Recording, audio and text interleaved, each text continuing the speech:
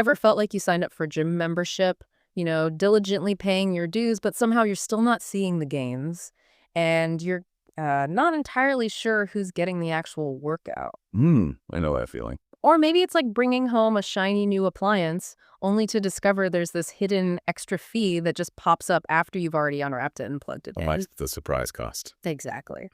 Well, today we're taking a deep dive into something that feels remarkably similar. The recent whirlwind of U.S. trade policies. Specifically, we're going to unpack the brand new trade framework, the one just established between the United States and the European Union. Yeah. We're going to peel back the layers, look at who's truly benefiting, who's feeling the squeeze, and how these economic ripples are spreading across the globe, touching everything from like your brand new PlayStation maybe to the cost of your morning coffee. It's a complex web, definitely. It really is. But that's precisely what we aim to untangle for you. And our mission for you today is really to cut through all that noise. Right. We want to help you understand the tangible, the real-world impact of these pretty significant trade shifts. Right. We'll try and uncover how these policies, particularly tariffs, often act like an invisible tax on consumers. It's a cost that's hidden in plain sight, impacting your purchasing power without, a direct line item. Yeah, you just feel it. Exactly. And crucially, we'll also examine whether these strategies are genuinely strengthening the U.S. economy, delivering on those ambitious promises, or if they might be setting us up for a serious economic hangover down the line. Hangover, yeah. Our goal is to give you crystal clear clarity on these critical issues. Okay, so get ready for some surprising facts, maybe a few unexpected turns, and perhaps a moment or two of unexpected humor. Because when it comes to who really pays for these grand economic strategies, well, the answer might just leave you surprised. Let's dive deep. So, let's jump right into the very latest. Just yesterday, August 21st, some pretty significant news broke. The United States and the European Union officially established a written framework for a trade deal. Now, this wasn't a sudden development, right? No, not out of the blue. Yeah. It formalizes an agreement that was initially hammered out back on July 27th. Okay. What's important here is that it's no longer just like a verbal understanding or a handshake agreement. Now it's concrete, written policy. Right, setting down terms. Exactly. Laying down some pretty definitive terms for the economic relationship between these two, monumental global blocs. Huge economies. Absolutely. This move brings a new level of certainty, for better or worse, you could say, to businesses and consumers on both continents. Okay, so what's in this framework? What are the core terms?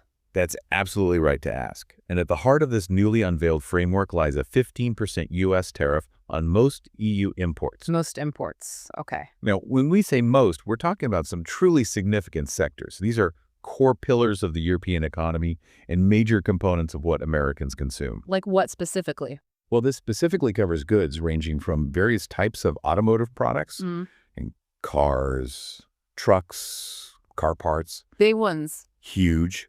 Also critical pharmaceutical goods, vital semiconductors that, power our modern world. Everything runs on those? Pretty much. Yeah. And even lumber, which impacts everything from construction to furniture. Wow, lumber too. Yeah.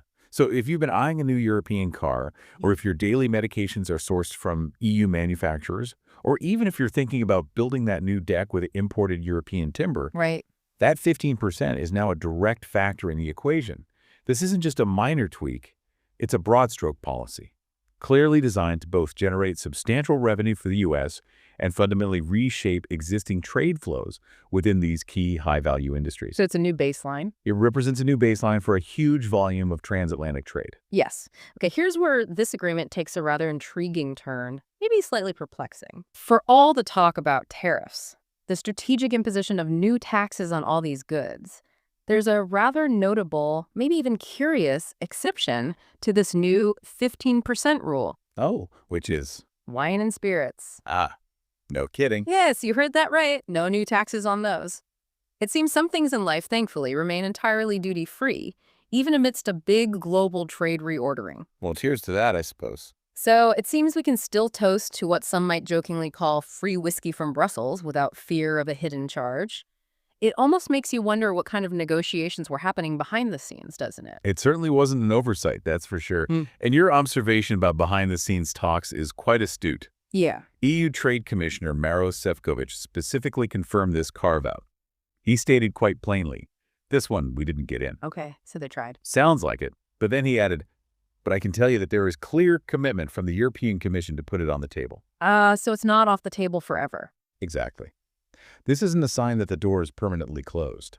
On the contrary, it strongly implies an ongoing negotiation or maybe a very strategic deferral. A bargaining chip, perhaps. It's entirely plausible. Maybe a concession made during the final intent stages, or perhaps the EU sees it as a valuable bargaining chip for future discussions. Right. That explicit commitment to put it on the table suggests this exemption might be temporary, or that the EU is reserving the right to introduce tariffs on these later, maybe in exchange for other concessions from the U.S. Interesting. So it's a dynamic situation. This dynamic element, yes, shows that even with a formalized agreement, some areas remain fluid and subject to further leverage. And while this 15% baseline is now firmly in place for most imports, there's also a crucial future adjustment looming, particularly for the auto sector. Okay, what's happening there? Because cars are a big part of this. Huge. Washington is committed to taking tangible steps to significantly reduce the current higher 27.5% U.S. tariffs on cars and car parts. That's a big drop from 27.5% down towards 15%. A massive drop. This existing tariff has been a monumental burden for European car makers, impacting everything from their costs, supply chains, to their pricing in the U.S. market. So this reduction would be a huge relief for them. Considerable relief, however, and this is the critical reciprocal movement we need to understand. This reduction will only materialize once Brussels introduces the necessary legislation to enact its promised cuts on U.S. goods. Ah, okay. A quid pro quo. Precisely. This binding condition ensures both parties are committed, reduces the risk of one side backing out. Makes sense. And this whole deal, you said it was announced back in July? That's right. This broader deal, covering many of these elements, was first announced by U.S. President Donald Trump and European Commission President Ursula von der Leyen back on July 27th. Where was that? Notably, during a meeting at Trump's luxury golf course in Turnberry, Scotland. It has been a relatively fast-moving, high-stakes negotiation process with significant implications for global trade flows. And just to add a broader economic perspective here, European Central Bank President Christine Lagarde recently weighed in on this. Okay, what did the ECB say? She stated that this new trade deal aligns quite closely with the ECB's baseline forecast. She noted that the effective average tariffs for U.S. imports of euro area goods is estimated to fall squarely between 12% and 16%. So kind of in line with expectations. Pretty much, which signals a level of predictability. What's particularly crucial in her assessment is her emphasis that this agreement provides businesses with considerably greater clarity. Clarity is key for business. Absolutely. This newfound certainty, even with new tariffs, is vital because it helps avert what she termed a severe scenario for U.S. tariffs of over 20%. Oof, over 20% would have been rough. Far more disruptive and economically damaging potentially for both economies. It would have introduced significant volatility and uncertainty. So if we connect this to the bigger picture, what does this all truly mean for businesses on both sides of the Atlantic? It sounds like stability, even if it's establishing a new and maybe higher baseline for costs. That's a great way to put it. For corporations, that stability, that clear understanding of the rules of the road is incredibly valuable. Right. It means they can forecast their costs more accurately, plan their intricate supply chains with greater confidence, make long-term investment decisions without that constant specter of unpredictable, potentially much higher tariffs hanging over them. So it's a new normal, but at least it's a known normal. Precisely. And that can make an enormous difference in how companies devise and execute their long-term strategies. It's about mitigating the unknown, even if the known is more expensive. That makes sense. The alternative, like Lagarde said, that severe scenario sounds much worse. Exactly. Consider that alternative you mentioned, over 20%. That kind of unpredictability, it would have injected significantly more volatility, more uncertainty into the market. You'd see investment dry up. Likely widespread delays in investment, a frantic reevaluation of production sites, sourcing strategies, quite possibly a significant contraction in overall trade volumes as businesses just paused, waited for more stable ground. Right. So while an average tariff of 12–16% is certainly a notable cost, it will impact margins, consumer prices, but it's a figure businesses can factor into their models. They can adapt. They can adapt, find new efficiencies, adjust product mix, maybe explore alternative markets, rather than facing an unpredictable, open-ended trade war that could escalate with little warning. So the framework sets a defined playing field. Exactly, albeit one with new rules. But it allows economic actors to plan, adjust, and continue operating, which is an understated yet significant benefit for economies relying on cross-border trade. A structured challenge, not an amorphous threat. Well said. So we've covered the U.S. side, mainly imposing these new tariffs on EU goods. But trade, as we know, it's always a two-way street, a dance of give and take. Mm-hmm. So what about the EU's side of this bargain? What are they committing to in return? Precisely. In return for the U.S. implementing these tariffs, the EU has made significant reciprocal commitments designed to balance the scales. Oh, okay. Most notably, they have promised to remove their own tariffs on all U.S. industrial goods. All of them. That sounds huge. It's a broad and impactful commitment. Could open up substantial new avenues for American manufacturers. We're talking everything from heavy machinery, advanced chemicals, plastics, textiles, manufactured components. A wide range. A very wide range. It's a direct, significant effort to level the playing field, potentially creating new competitive advantages for American industries. And the goal is balance. As the joint statement itself clearly emphasizes, the overarching goal is to foster a reciprocal, fair, and balanced trade environment, theoretically leading to a more equitable flow of goods and services across the Atlantic. That's a potentially huge win for American businesses then, especially in the industrial sector, who've often faced barriers getting into Europe. Definitely. And you said it goes beyond industrial goods, too. Yes. The EU is also committing to provide better preferential access to a wide range of U.S. seafood and agricultural products within its markets. Ah, okay, so farmers and fishing communities could benefit? Potentially, significantly. Think about the direct impact. New doors could open for their produce and catches. Everything from staple crops like soybeans and corn, which have had issues elsewhere. exactly, to high-value seafood like Alaskan salmon, Pacific Northwest crab, or Atlantic lobster. Those are premium products. Very much so. This is explicitly intended to offset some of the U.S. tariff impacts on European goods by simultaneously providing new, potentially lucrative opportunities for American exporters. So connecting it to the bigger picture, it's about creating a more symmetrical relationship where both sides give and get. That's the idea. A more symmetrical trade relationship aiming for a more equitable and mutually beneficial flow of goods. This sounds like a really strategic move, not just maintaining balance, but actively gaining new markets for American products, especially for sectors hit hard before. I'm curious then, what specific products or, say, agricultural subsectors do you think might benefit most directly from this preferential access? That's a great question. Could we see a boost for, like, American dairy farmers? Or maybe niche seafood guys? Those are excellent and very practical questions because the specifics are always where the impact truly unfolds. Right. While the joint statement itself doesn't offer granular detail on every single product, the emphasis on a range of seafood and agricultural products strongly suggests areas where the U.S. already has significant competitive advantages. Scale, efficiency, quality. So playing to strengths. Exactly. For agriculture, think bulk commodities like soybeans, which, as you mentioned, face challenges in China, or corn, certain types of red meats where American production is highly efficient. Okay. For seafood, it's very likely to open up new pathways for high-value exports. Things often seen as premium globally, like wild-caught Alaskan salmon, or that sought-after Atlantic lobster, which can command big prices in Europe. Yeah, definitely. These sectors have indeed faced a complex web of tariff and non-tariff barriers in the EU historically. So any significant improvement in access could translate into substantial revenue increases for American producers real ready to capitalize. Okay, but how quickly can they actually seize these opportunities? I mean, translating access into actual sales takes time, right? It does. The speed at which American businesses can effectively capitalize will hinge on several crucial factors. Why? Firstly, the legislative process within the EU. Implementing these promised tariff cuts on U.S. goods needs to move swiftly and decisively. Until that legislation is firmly in place, and Washington, in turn, acts to reduce its auto tariffs, well, the full path won't be entirely clear. Right, that reciprocity again. Exactly. Secondly, beyond policy changes, it requires American exporters to be proactive. They'll need to actively engage with the European market, which is diverse, discerning. Monolithic. Not at all. Understanding consumer preferences across different EU member states, adapting products, establishing robust, efficient supply chains, that all takes effort.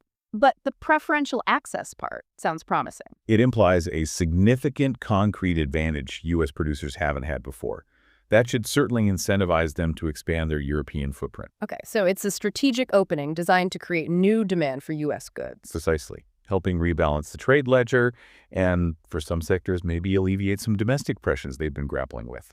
It's a fascinating dynamic where tariffs on one side are met with market openings on the other. A complex landscape. Ever evolving.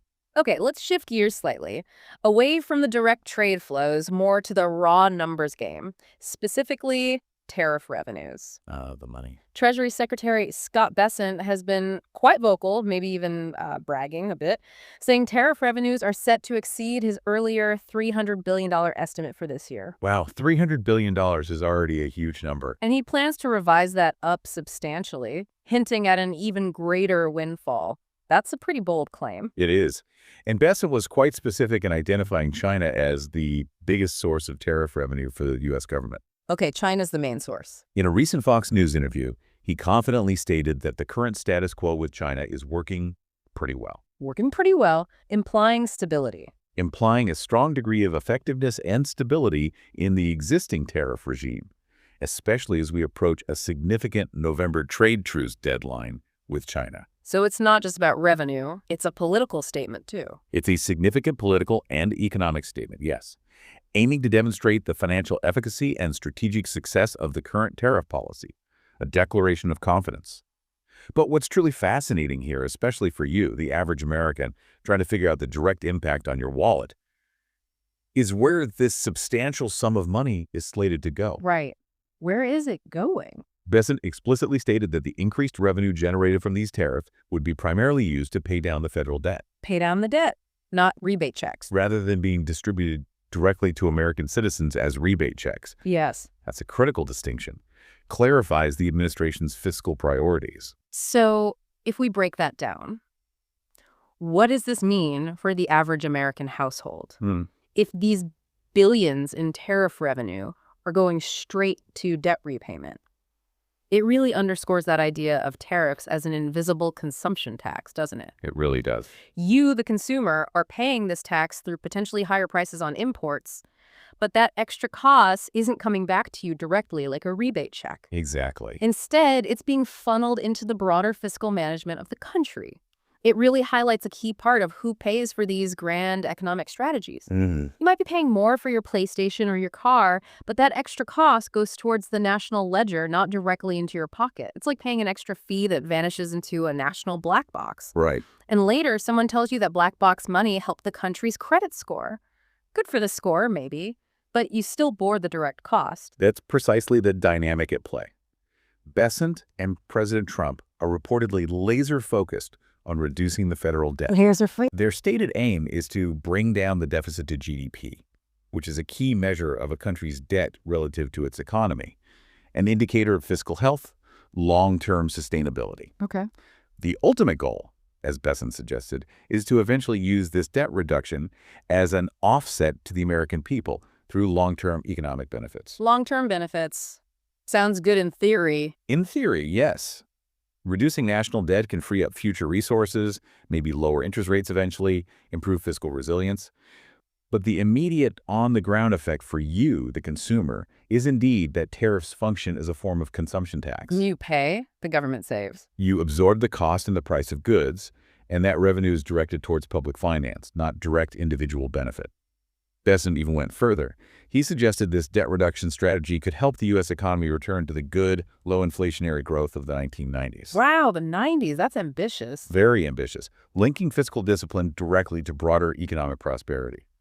However, it's also important to note he didn't shy away from current challenges. Like what? He pointed out that higher interest rates are actively causing problems in critical areas like housing, making mortgages way more expensive, potentially slowing the whole market. Yeah, we're feeling that. And he highlighted the growing struggles for lower-income households burdened with high credit card debt.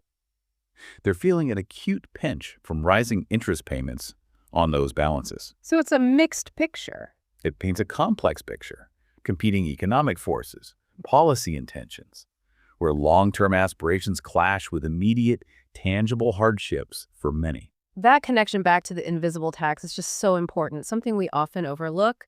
It's easy to talk about billions in tariff revenue, grand fiscal strategies, But tracing that money directly out of the consumer's pocket is crucial for understanding the real personal impact. Absolutely. When that money goes to debt repayment, it's a positive entry on the national ledger, maybe? Good for the country's financial health, perhaps? But it's not something you feel as a tangible return on your own increased spending. Right. No direct deposit. Exactly. It highlights how tariffs are often this hidden cost borne by you, the shopper, quietly funding broader government priorities without direct compensation.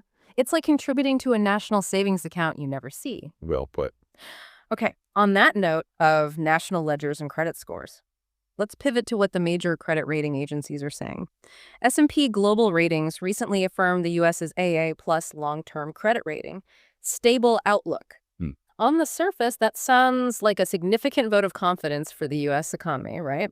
Especially with all this market volatility and trade talk, implies stability, strength. It is indeed a seemingly positive development. And S&P's reasoning behind this affirmation is quite telling, offers a fascinating glimpse into their analysis. So. They largely attributed this stability to those very tariff revenues we just discussed. So the revenue is propping up the rating. They believe the substantial influx of cash will help offset the fiscal blow from President Trump's recent tax and spending bill. This is particularly noteworthy because S&P holds a significant place here. They were the first major agency to take the dramatic step of cutting the U.S.'s rating back in 2011. Right, I remember that. Big deal at the time. Huge deal. During significant fiscal uncertainty, political gridlock. So their current affirmation isn't trivial. It represents a significant, albeit qualified, endorsement of the current fiscal approach. Yeah. At least in terms of generating revenue and managing immediate deficits. So you said qualified. Here's where S&P's assessment introduces a really crucial nuance, right? A vital caveat that goes beyond just the immediate numbers. Exactly. Yeah. Lisa Schneller, the primary U.S. analyst at S&P, issued a clear warning, and frankly, quite insightful. She said, outcomes are what's really going to weigh and inform the rating. Outcomes matter. Yeah, it suggests it's not simply about the sheer volume of money coming in, is it? It's about what that money does, what broader economic conditions it creates. This raises an extremely important question, doesn't it? S&P's focus isn't merely on the tariff revenue itself, not just the raw influx of cash. They're looking deeper. Much deeper, applying a sophisticated analytical lens. Schneller clarified their focus is squarely on the outcomes of how you execute the budgetary legislation, how the tariff revenue comes, their combined impact on growth and investment that leads to either better or worse or similar fiscal outturns. Wow, okay, so break that down. In essence, they are demanding to see real, tangible economic results. They want to understand how this unique combination, tax cuts, government spending, and now substantial tariff revenue, actually impacts the broader economic landscape. Factors like Overall GDP growth, the vitality of business investment, the health of the labor market, and ultimately, whether the nation's fiscal health improves in a sustainable, resilient way. So it's not enough just to collect the money. Not at all. They want to see if that revenue is being deployed in a manner that genuinely fosters long-term economic strength and stability, not just short-term fiscal offsets. Their concern is the underlying health of the economic engine. That's such a crucial distinction. It shifts the perspective from like short-term accounting to long-term economic prognosis. It's like getting a good grade on a test, but the teacher says, okay, great, you memorized it, solved the equations, but now let's see if you can apply this knowledge in the real world. A practical exam. Exactly. The long-term health, the resilience of the economy, that's paramount. Far more important than just a temporary cash flow boost. Absolutely. So while the tariff revenue might provide a fiscal band-aid, a welcome offset, S&P is looking for genuine, sustained economic vitality. They're asking if these policies are leading to fundamental improvements in growth, innovation, investment, or just moving money around to cover immediate gaps without addressing deeper structural issues. So future reviews will scrutinize the ripple effects. Heavily. Whether they genuinely foster a robust, resilient economic environment, not just provide a one-time cash injection. It's about the underlying health of the patient, not just the temporary efficacy of the medication. Right. Are we actually getting stronger or just managing symptoms? Exactly. They are truly assessing the underlying strength and resilience, not just the current fiscal snapshot or a singular revenue stream. Okay. Because while tariff revenues might provide that short-term boost, S&P's caution reflects a deeper concern. The potential for these policies to disrupt supply chains, Which we know they do. increase operational costs for businesses, or ultimately dampen consumer demand as prices rise. Any of these negative outcomes could, over time, counteract the benefits from the revenue itself. Makes sense. They are essentially communicating that sustainable economic growth, a healthy investment climate, overall stability. These are more critical, enduring determinants of a country's credit rating than isolated, albeit large, revenue streams. The long-term trajectory matters most. The trajectory, how businesses respond, how investment flows, how it impacts productivity, employment, innovation, that's the ultimate measure they're watching. It's a sophisticated analysis beyond the headlines. Okay, now let's bring this down to an even more granular level. How are these tariffs actually playing out for everyday retailers, major corporations? Are they really feeling the squeeze, or is it just business as usual? Let's start with the giant, Walmart. Right. Walmart CEO Doug McMillon recently provided a telling insight. He said that tariffs' impact, for Walmart at least, has been surprisingly gradual so far. Gradual, okay. With what he termed muted behavioral adjustments from customers, suggesting consumers haven't immediately drastically changed spending habits. So there's a but, isn't there? There is, and it's crucial.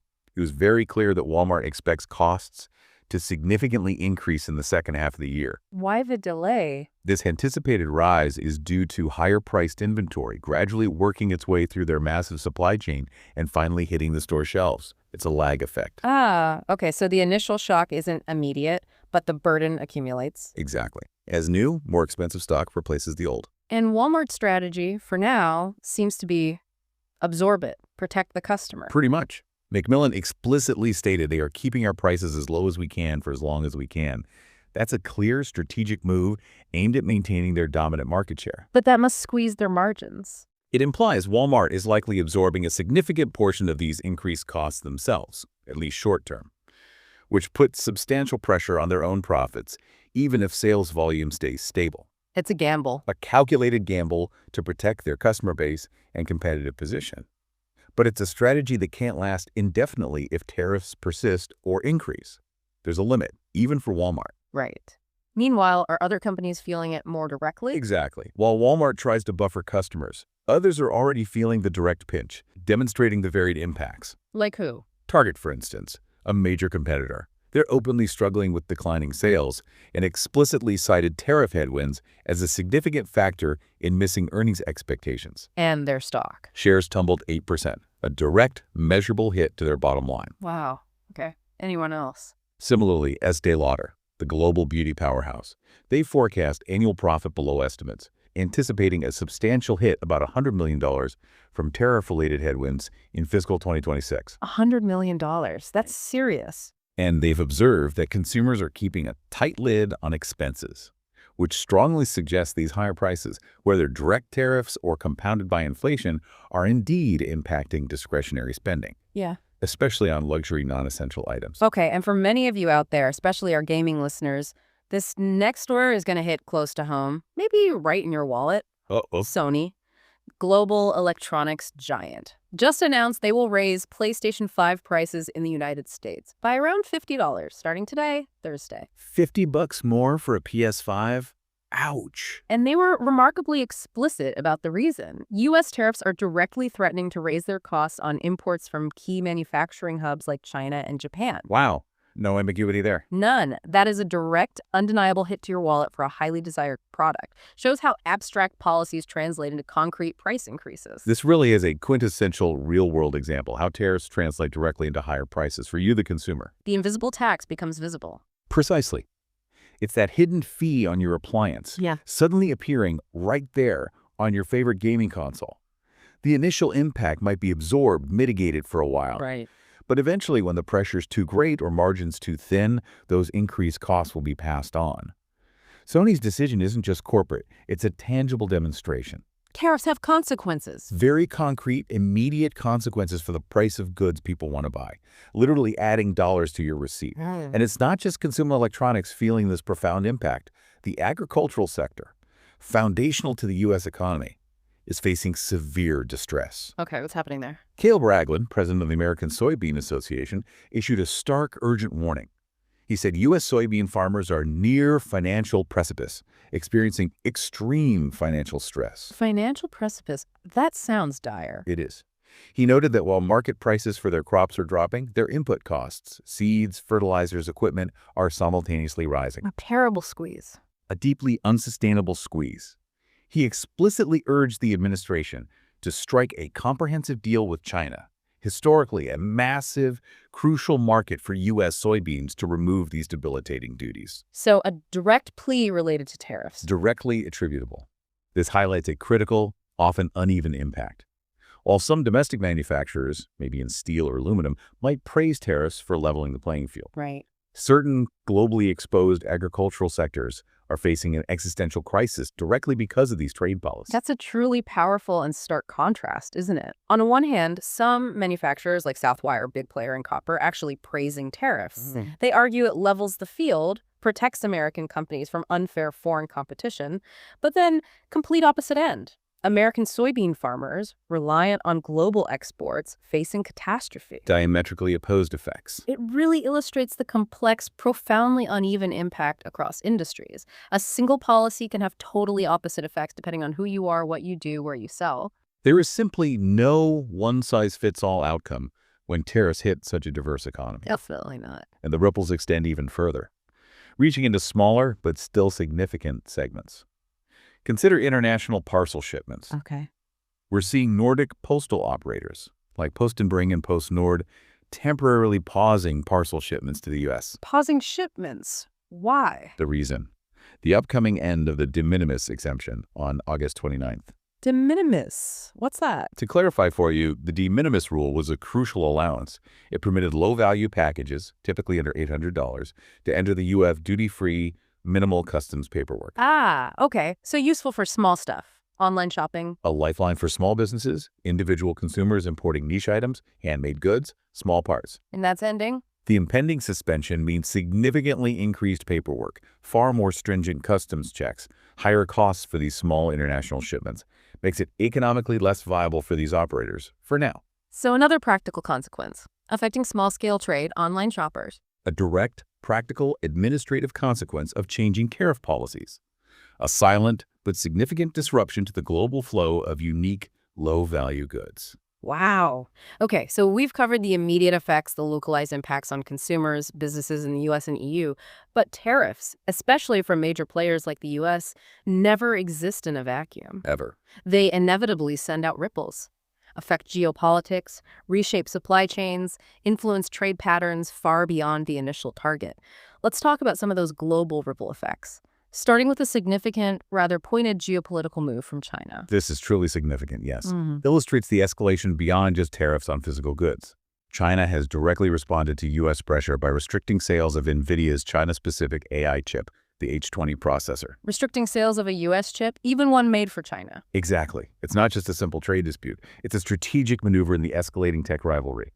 This move came after U.S. Commerce Secretary Howard Lutnick made comments Chinese officials reportedly found, well, insulting. Insulting? What did he say? Lutnick, in a CNBC interview, was quite provocative. He stated, "We don't sell them our best stuff, not our second best stuff, not even our third best." Okay. He then clarified the underlying strategy, adding, "You want to sell the Chinese enough that their developers get addicted to the American technology stack? That's the thinking." Wow. Okay, so China's reaction makes more sense now.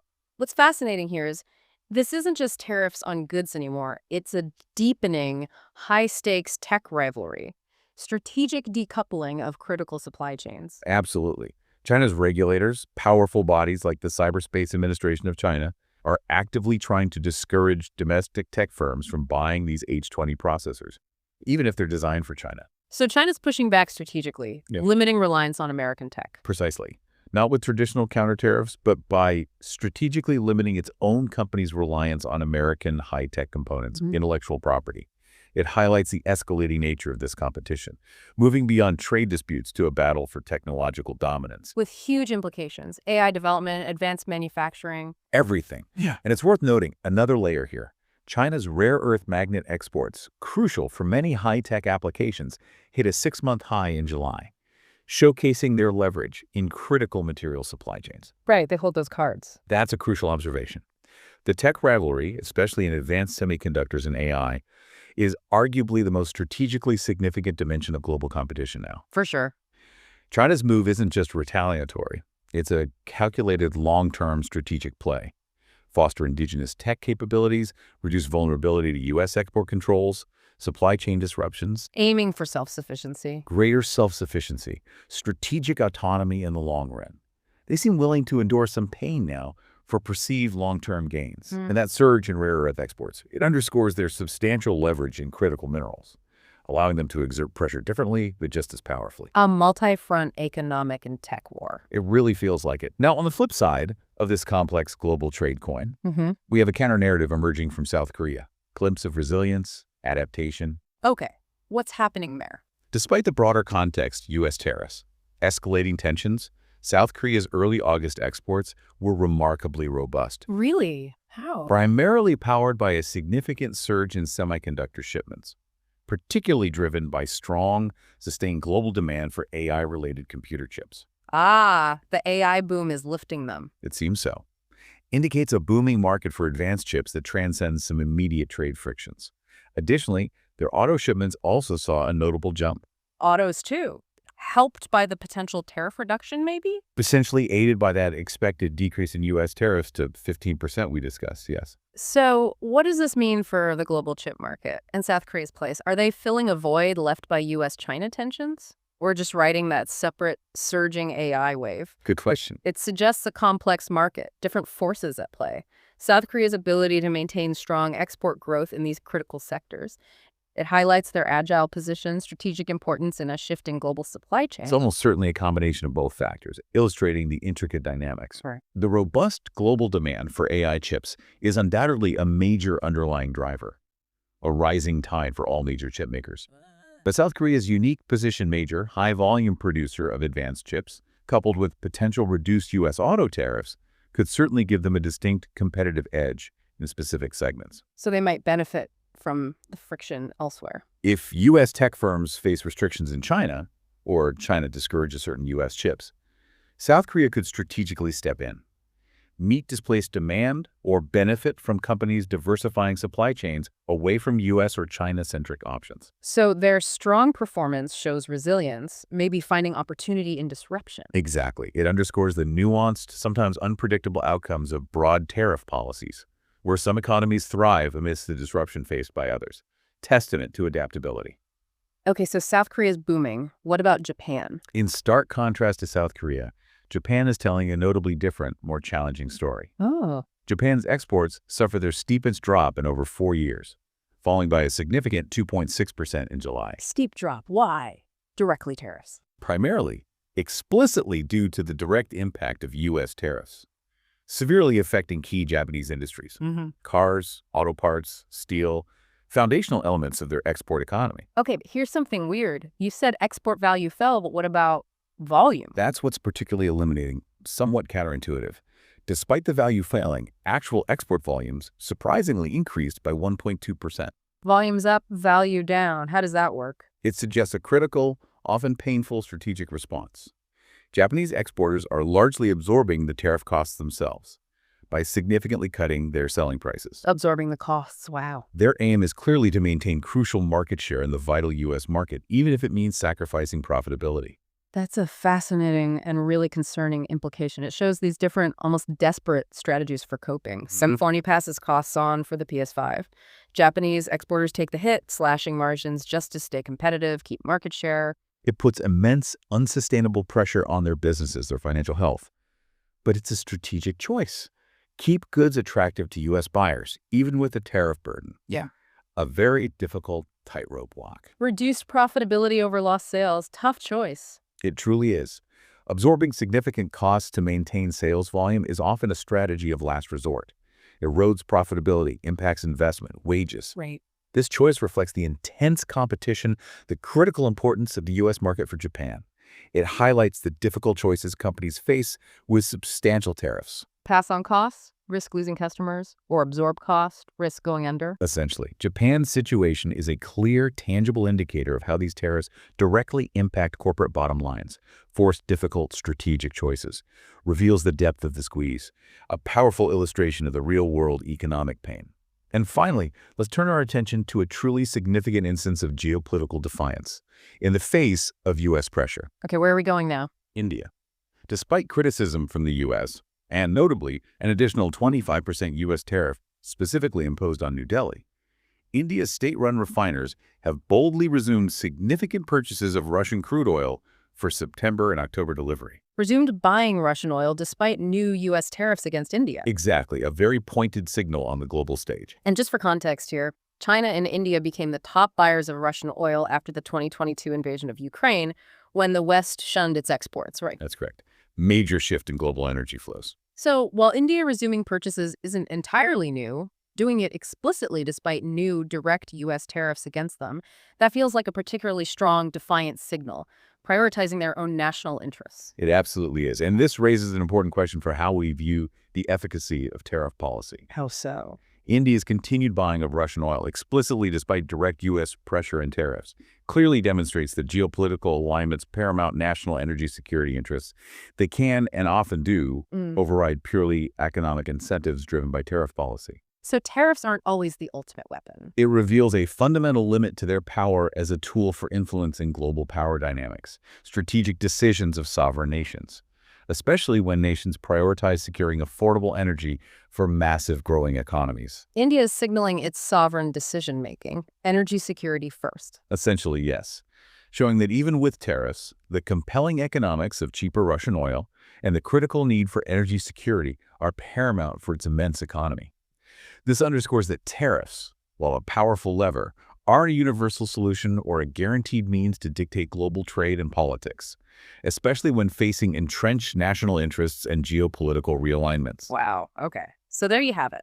We've taken a deep dive into this complex labyrinth of tariffs, seen the visible, often invisible effects on consumers, businesses, observed the global ripples they've sent out, sometimes creating surprising new alliances, sometimes revealing the profound limits of economic leverage.